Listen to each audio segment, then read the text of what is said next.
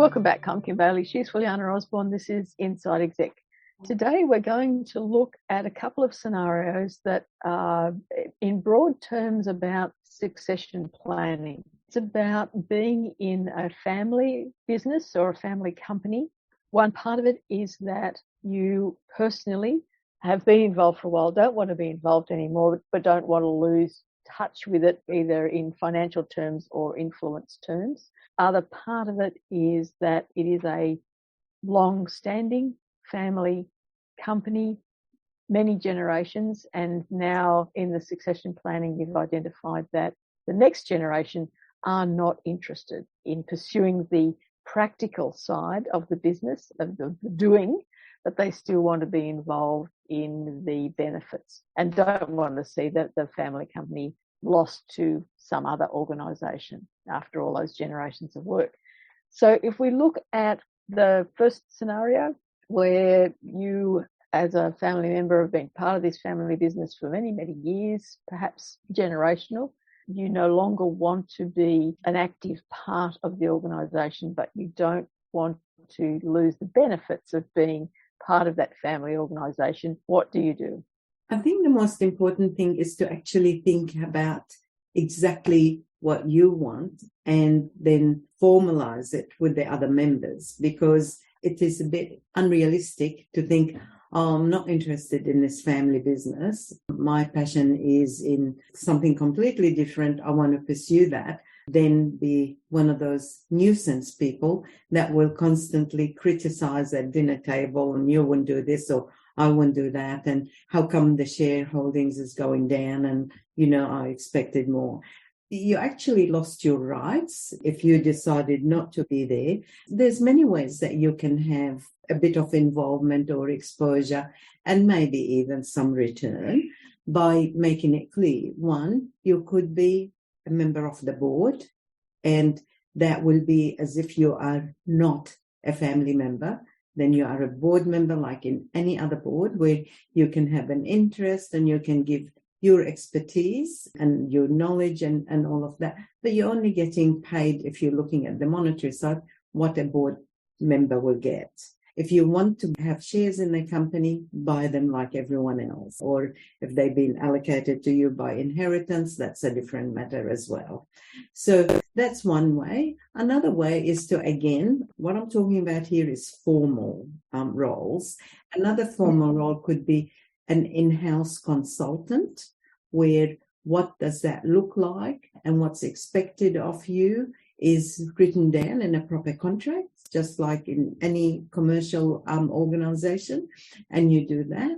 Other than that, don't rely on the fact that I have the name, in my name is that company's name, I'm the grandchild of the 100 years of founders, etc., and I have rights. Well, you don't. Your rights is you be a fully effective and contributing member like the others. They can't do all the work and you're swan in and out. Yes, you probably can be an asset, but identify that niche that you can bring to the table, and it'll be unique. Unlike hiring a different consultant, or unlike another board member that understand the industry, you understand the family values, you understand what your heritage gave you.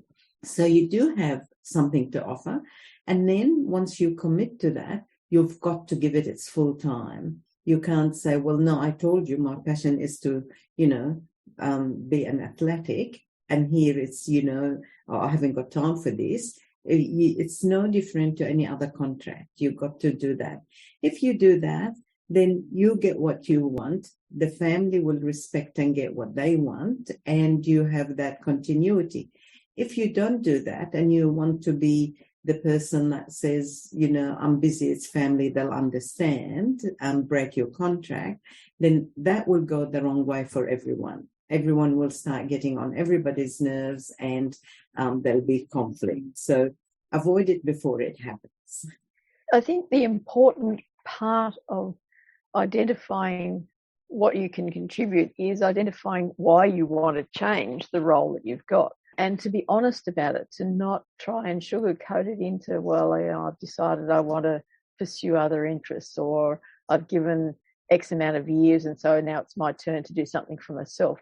It's be honest about what it is that you don't like anymore, and look at, is there ways that you can change that focus and change that contribution, as Fulyana has said, so that you're doing the things that you are passionate about, that you feel are important for the ongoing life of the company or the organisation, that align themselves with your skills and your interest. Because if you identify that your skills are in the promotional area, for example, but you don't really want to do that anymore, then look at, are there other skills that you're not utilising or haven't utilised up to this point that you could contribute?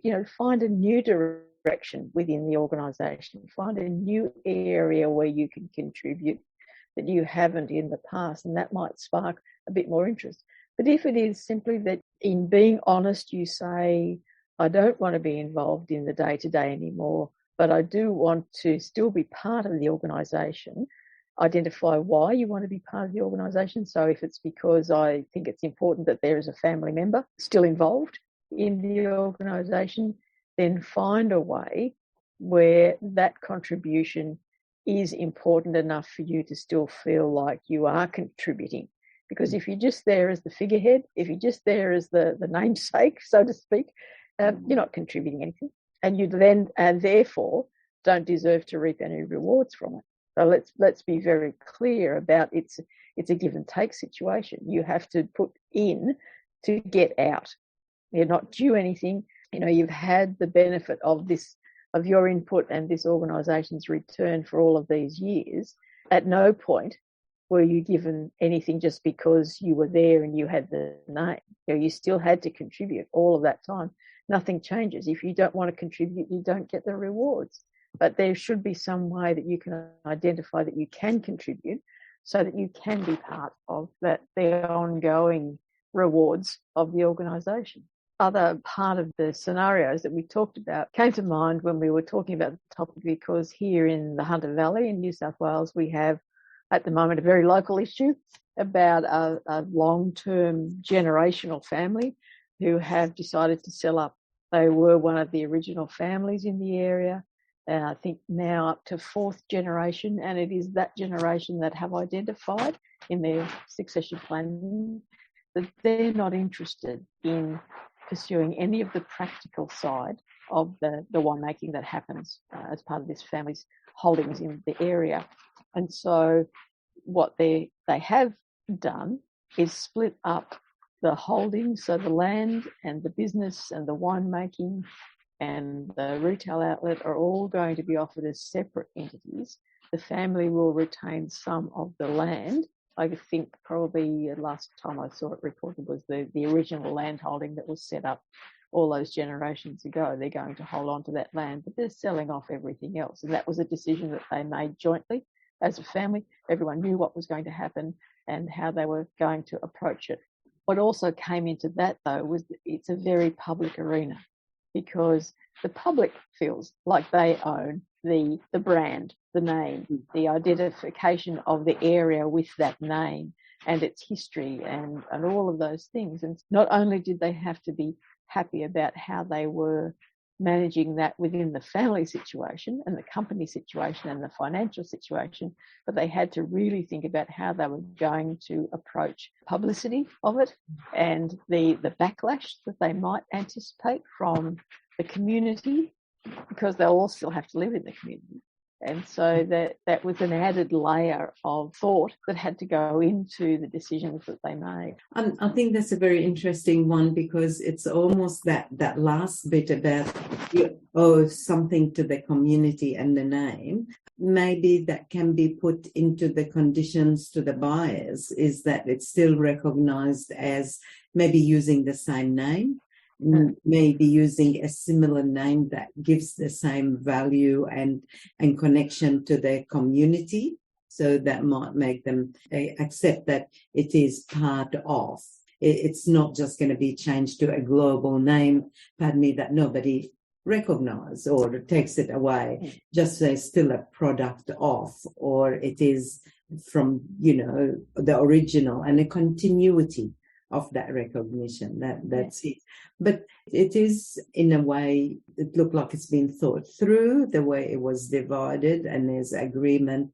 And sometimes it's probably a better way to do it than to just carry on, even though your heart is not in it, because the whole thing will collapse and everybody will be unhappy.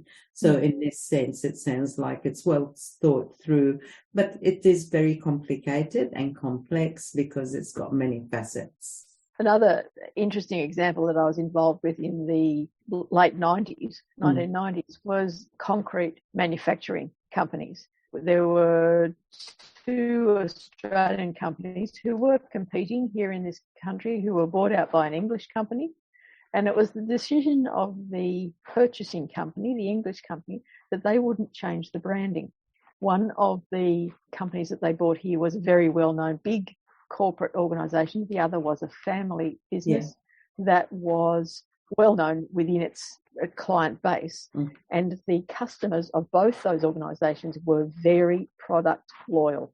And they introduced a system where they didn't change the branding.